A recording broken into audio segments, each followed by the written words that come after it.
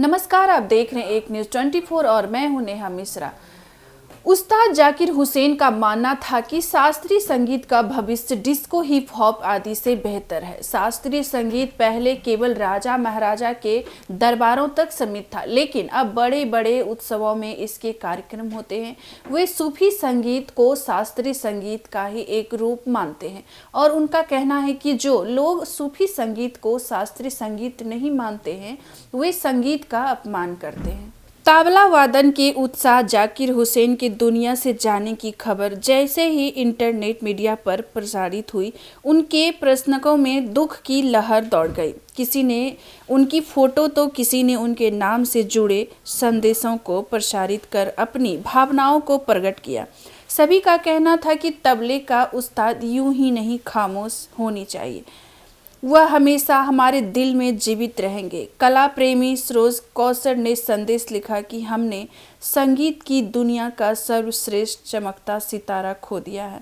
वह और उनका संगीत सदैव हमें उनकी याद दिलाता रहेगा। धन्वंतरी परंपरा ने उनकी आत्म शांति की प्रार्थना करते हुए कहा कि संगीत की दुनिया में उनकी कला के प्रकाश सदैव प्रकाशमान रहेगा।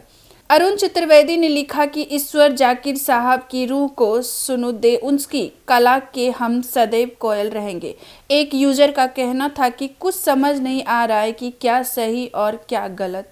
निवेदिता भट्टाचार्य ने उनके फोटो के साथ कैप्शन लिखा कि अविश्वसनीय। ताजमहल के साय में प्रस्तुत का मौका किस्मत वालों को ही मिलता है। मैं भी किस्मत वाला हूँ। यह बड़ी रूमानियत वाली जगह है। संगीत में भी रूमानियत का ताजा होता है।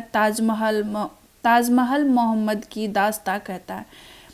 पद्म पुरस्कार ने अलंकृत तबला वादक उस्ताद जाकिर हुसैन ने यह बात 15 जनवरी 2014 को ताज नेचर वॉक में प्रस्तुत के बाद होटल क्लार्क सिराज में मीडिया से स्वरूप होते हुए कही थी।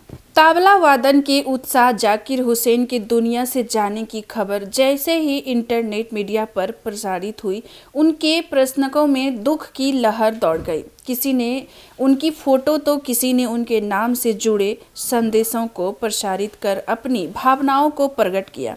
सभी का कहना था कि तबले का उस्ताद यूं ही नहीं खामोश होनी चाहिए, वह हमेशा हमारे दिल में जीवित रहेंगे। कला प्रेमी सरोज कौसर ने संदेश लिखा कि हमने संगीत की दुनिया का सर्वश्रेष्ठ चमकता सितारा खो दिया है। वह और उनका संगीत सदैव हमें उनकी याद दिलाता रहेगा। धन्वंतरी परंपरा ने उनकी आत्म शांति की प्रार्थना करते हुए कहा कि संगीत की दुनिया में उनकी कला के प्रकाश सदैव प्रकाशमान रहेगा।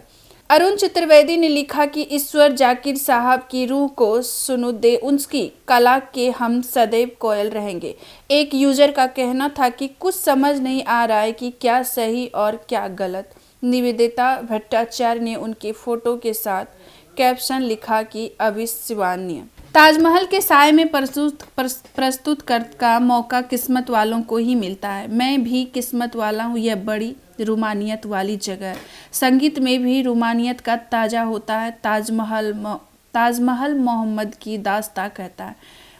पद्म पुरस्कार ने अलंकृत तबला वादक उस्ताद जाकिर हुसैन ने यह बात 15 जनवरी 2014 को ताज नेचर वॉक में प्रस्तुत के बाद होटल क्लार्क सिराज में मीडिया से स्वरूप होते हुए कही थी। तो ऐसे तमाम खबरों को आप देखते रहिए हमारे एक न्यूज़ 24 पर। धन्यवाद।